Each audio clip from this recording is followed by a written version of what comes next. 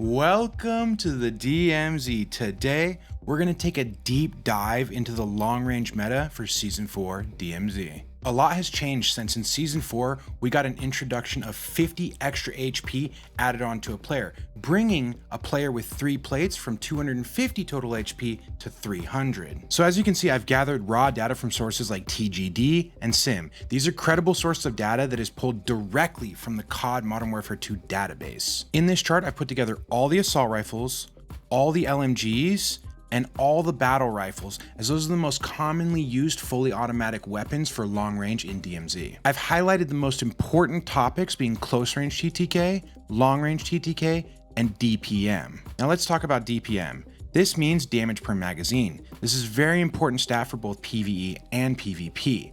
For PvE, this is important because it's going to be the difference between eliminating 5 to 10 bots and 10 to 20 bots per reload/magazine. For PvP, this is important because it's going to be the difference between eliminating 1 and 2 players per reload/magazine or 3 to 4 players per reload/magazine. In DMZ, reloading could be the difference between life or death.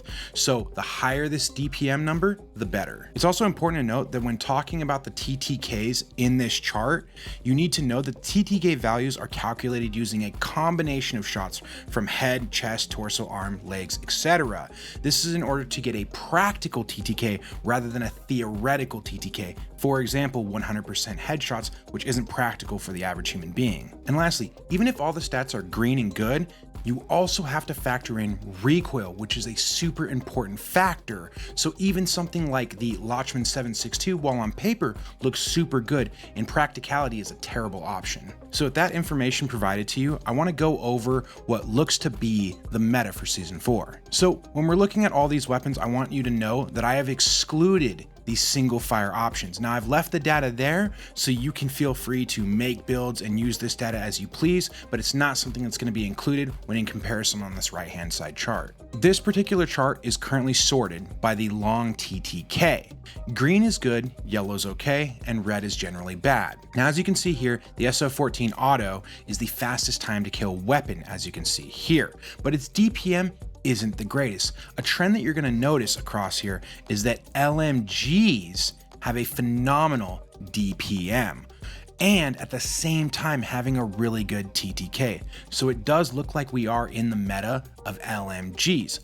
But the thing about LMGs that you have to keep in mind is that a lot of things like movement speed, ADS speed, and reload times are lackluster, which sometimes can be harmful, or maybe it's just not your preference. So instead, you may want something in the AR range, which has a little bit slower of a TTK and on average, not always the best DPM, but some of them, such as the Castoff 545, still have a pretty good DPM, or even something like the TAC 56. So we're gonna go over a few builds that kind of meet in the middle between both the TTK and the DPM and what I think are the best options for Season 4. So with all that data in mind, I've compiled 10 builds for you guys. That's going to be 4 LMGs, 2 battle rifles, and 4 assault rifles. The first one is going to be the Sakin. Now, mind you, I've built all of these guns to have as little recoil as possible. If you want to change things like the optic or anything else, feel free to. This again is just for the maximum recoil so that you don't have to worry about controlling it as much.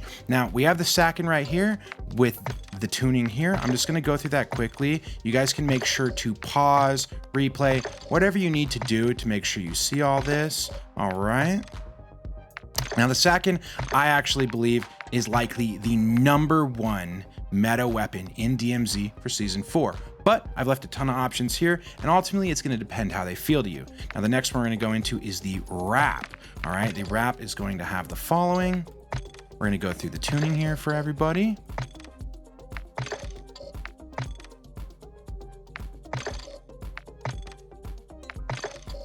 And lastly, the muzzle. Now again, like I said, if there's anything you guys want to change on these, feel free to. The third one's going to be the HCR. I also think this is extremely good this season. The only downside I see to the HCR is that the horizontal bounce is a bit much, so for some, it can actually be a little hard to control, even if it appears to have essentially no recoil. Now that we've gotten through those, we're going to go with our last LMG. Now this one's really important to note, as this one has an extremely fast time to kill and good damage per mag. But the thing about this weapon is, while on paper, again, it is amazing, in practicality, sometimes the recoil in this thing can be a little bit difficult to control. So I leave it up for you guys. I give you guys the best recoil build possible, you know, and take it out there in DMZ and see how you feel about it. Keep in mind too, you can always put these things in single fire if that's something you like as well. Next, we're going to move on to the battle rifles. Now, for the first battle rifle, we have the TAC V. Now, I've maximized this for the absolute best recoil. You guys know it was nerfed back when, but with the changes in mind, it's actually looking to be really good. So it's definitely something I'd give a go. All right. The tuning we have is right here. Again, all these builds are tuned for as little recoil as possible.